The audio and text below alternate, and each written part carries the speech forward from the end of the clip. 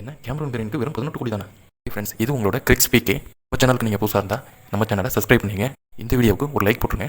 இன்றைக்கி நம்ம என்ன பார்க்க போகிறோம்னா, ஐபிஎல் ஆக்ஷன் வருதுல, சிஎஸ்கே எந்தெந்த பிளேயர்லாம் எடுக்கிறதுக்கு வாய்ப்பு இருக்குங்கிறத பார்ப்போம். அது ஓகே, கேமரூன் கிரீன் என்ன 18 கோடின்னு சொன்னேன்? ஆமாங்க, கிரீனுக்கு வெறும் 18 கோடி தான். அது என்ன விஷயங்கிறத கடைசியில் பார்ப்போம். முன்னாடி சிஎஸ்கே இந்த ஆக்ஷனில் எந்தெந்த பிளேயர்லாம் எடுக்கணுங்கிறத முன்னாடி பார்த்துருவோம். அதுக்கு நம்ம ரிட்டர்ன் பிளேயர் லிஸ்ட்லேருந்து பிளேயிங் 11 இல்லைங்க பிளேயிங் 12 எடுத்து பார்ப்போம். இம்பாக்ட் பிளேயரையும் சேர்த்து பிளேயிங் 12ன்னு சொல்கிறேன். ஓகே, நம்ம பிளேயிங் 12 பார்ப்போம்.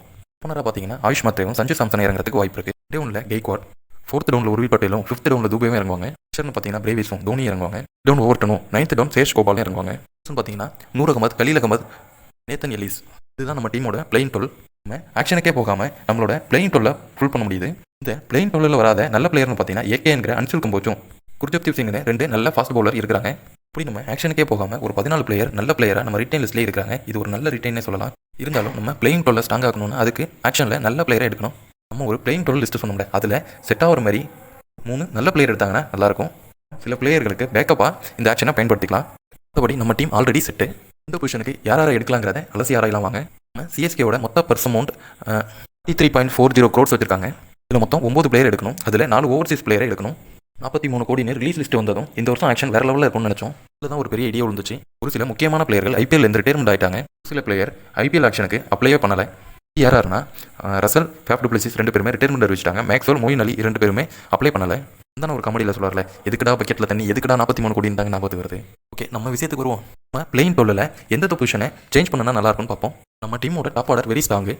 மாத்ரே, சஞ்சு சாம்சன், ருத்ராஜ் கேக்வாட் எனக்கு தெரிஞ்சு ஒன் டே ஒன்ல தான் இறங்குவார்னு நினைக்கிறேன். இது வரைக்கும் ஓகே. அந்த 4th பொசிஷனில் உர்வில் பட்டேல் சொன்னேன். இவருக்கு பதிலாக ஒரு ஃபாரின் பிளேயர் எடுத்தாங்கன்னா நல்லாயிருக்கும். ஃபாரின் பிளேயர்னு சொன்னதுமே அவங்க எல்லாருக்குமே தெரியும். எல்லாரும் சொல்கிற மாதிரி தான் நானும் சொல்ல போகிறேன். கேமரூன் கிரீன் எடுத்தால் நல்லாயிருக்கும். இந்த வருஷம் ஆக்ஷனை ஐபிஎல் 2026 ஆக்ஷன் அப்படின்னு வைக்கிறதுக்குள்ள கேமரூன் கிரீன் ஆக்ஷன் அப்படின்னு வச்சிடலாம். ஆனால் கிரீன் கிடைக்கிறது கொஞ்சம் கஷ்டம். ஏன்னா கேகேஆர் நம்மளை விட பர்சம் வந்து அதிகமாகவே வச்சிருக்காங்க. கேஆர்ட்ட மொத்தம் 64.3 கோடி இருக்குது. முடிஞ்ச வரைக்கும் கிரீனுக்கு போவோம். இல்லை அந்த பொசிஷனில் உருவில் பட்டேலே ஆடினா நல்லா தான் இருக்கும். இல்லைனா அந்த இடத்துல வெங்கடேஷ் ஐயரை ஆட வைக்கலாம். வெங்கடேஷ் ஐயருக்கும் கேகேஆர் போவாங்கிறதுனால இந்த 2 பிளேயரில் யாராவது ஒரு ஆளை நம்ம டீம் எடுத்து அந்த பொசிஷனை ஃபுல் பண்ணலாம். அப்புறம் 5th டவுனில் தூபே இறங்குவார். இந்த பொசிஷனை சிஎஸ்கே கை வைக்க மாட்டாங்கன்னு நினைக்கிறேன். அதுக்கப்புறம் 6th 7th தோனியும் பிரேவிஸும் இறங்குவாங்க. இல்லை சிஎஸ்கே கையே வைக்க மாட்டாங்க. நம்ம 8th டவுனில் ஓவர்டன் வச்சிருந்தோம். ஒருவேளை நமக்கு கிரீன் கிடைச்சிட்டாருன்னா ஓவர்டனுக்கு நம்ம பிளேயிங் 12 வாய்ப்பு கிடைக்காது. அப்படி கிரீன் கிடைச்சிட்டாருன்னா இந்த பொசிஷனுக்கு உருவில் பெட்டியில் வாய்ப்பு கொடுக்கலாம். கிரீன் கிடைக்காத பட்சத்துக்கு ஓவர்டனே ஆட வைக்கலாம். அவருக்கு பதிலாக ஒரு பேக்கப் எடுத்து வச்சுக்கிறது நல்லது. இவருக்கு பேக்கப்பாக ஜேசன் ஹோல்டர், ஹைல் ஹுசைன், லிவிங்ஸ்டன் இவங்க 3 பேரையும் சிஎஸ்கே ட்ரை பண்ணுவாங்கன்னு நினைக்கிறேன். நம்ம பிளேயிங் 12 9th பொசிஷனை சேஷ் கோபால் கொடுத்துருந்தோம். இந்த பொசிஷனுக்கு ஒரு இந்தியன் ஸ்பின்னராக சிஎஸ்கே கன்ஃபார்ம் போவாங்க. அப்படி பார்த்தீங்கன்னா ரவி கிருஷ்ணாவையும் ராகுல் சகரையும் எடுக்கிறதுக்கு வாய்ப்பு இருக்குது. இவங்க 2 பேரும் எடுக்கிறதுக்கு அதிக போட்டி இருந்தாலும் கன்ஃபார்ம் சிஎஸ்கே இதில் யாரையாவது ஒரு ஆளை எடுத்துருவாங்க. அதிகபட்சம் ரவி கிருஷ்ணாவுக்கு வாய்ப்பு இருக்குது. இந்த வருஷமும் சிஎஸ்கே சேஷ் கோபாலை பேக்கப்பாக தான் பயன்படுத்த போகுது. 10th பொசிஷனும் 11th பொசிஷனும் நூர் அகமதும் கலீல் அகமதும் ஆடுவாங்க. இந்த வருஷம் பவுலிங்கில் அதிக பர்ஃபார்மன்ஸ் பண்ணதே இந்த 2 பேர் தான். அதனால் இந்த வருஷம் சிஎஸ்கே இவங்களை மாற்ற யோசிக்கவே மாட்டாங்க. 12th பொசிஷனை நேத்தன் எலிஸ் கொடுத்துருந்தேன். சிஎஸ்கே இவர் பயன்படுத்துறாங்கன்னா நல்லாயிருக்கும். இவருக்கு ஒரு பேக்கப் எடுத்து வச்சுக்கிறது ரொம்ப நல்லது. ஸ்ரீரானாவுக்கு கன்ஃபார்ம் சிஎஸ்கே போவாங்க. அவர் ஒரு 10 கோடியில் கிடைச்சா கன்ஃபார்ம் சிஎஸ்கே எடுப்பாங்க. ஃபர்ஸ்ட் ஒரு விஷயம் சொன்னாங்க, கேமரூன் கிரீனுக்கு 18 கோடி தான் கிடைக்கணும். கேமரூன் கிரீன் 18 கோடிக்கு மேலே ஏலத்துக்கு போக வாய்ப்பு இருக்குது. இருந்தாலும் எத்தனை கோடி அவர் போனாலும் 18 கோடி தான் அவருக்கு சம்பளமாக கொடுப்பாங்க.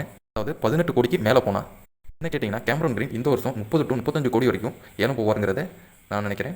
அவர் எத்தனை கோடி போனாலும் 18 கோடி தான் அவருக்கு சம்பளமாக கொடுக்கணும்னு ஒரு ரூல்ஸ் இருக்குது. இனி ஆக்ஷனில் ஓவர்சீஸ் பிளேயர்களுக்கு அவர் ஏலம் போகிற தொகையை அப்படியே சம்பளமாக அவருக்கு கொடுக்க மாட்டாங்க. போன வருஷம் ரீட்டைன் செய்யப்பட்ட பிளேயர்களோட அதிகபட்ச சம்பளமும் போன வருஷம் ஆக்ஷனில் அதிக தொகைக்கு ஏலம் போன பிளேயரோட சம்பளத்தையும் கணக்கில் எடுத்துக்கிட்டு இல்லை எது கம்மியான ப்ரைஸ் அமௌண்ட்டோ அதை தான் இந்த வருஷம் ஓவர்சீஸ் பிளேயரோட அதிகபட்ச சம்பளமாக கொடுப்பாங்க. அப்படி பார்த்தீங்கன்னா போன வருஷம் ஐபிஎல் ரூல்ஸ் படி ஒரு பிளேயரோட அதிகபட்ச சம்பளம் 18 கோடி. போன வருஷம் ஆக்ஷனில் அதிக ப்ரைஸுக்கு போன பிளேயர்னா ரிஷப் பண்ட், அவரோட ப்ரைஸ் பார்த்தீங்கன்னா 27 கோடி. இந்த 2த்துலையும் கம்மியான ப்ரைஸ் அமௌண்ட் எது 18 கோடி. இதை தான் கேமரூன் கிரீனுக்கு சம்பளமாக கொடுப்பாங்க. 30 கோடிக்கு ஒரு ஏலம் போனாலும் டீமோட பர்ஸ் அமௌண்ட்லேருந்து தான் அந்த 30 கோடி கழிவுமே ஒழிஞ்சு அவருக்கு 18 கோடி தான் சம்பளமாக போகும். ஓகே ஃப்ரெண்ட்ஸ், சிஎஸ்கே எந்தெந்த பிளேயர்லாம் எடுத்தால் நல்லா இருக்கும்னு கமெண்ட்டில் சொல்லிடுங்க. இந்த ரூல்ஸ் உங்களுக்கு இப்போ தான் தெரியும்னா இந்த வீடியோக்கு ஒரு லைக் பண்ணிடுங்க. அப்படியே சப்ஸ்கிரைப் பண்ண மறந்துடாதீங்க.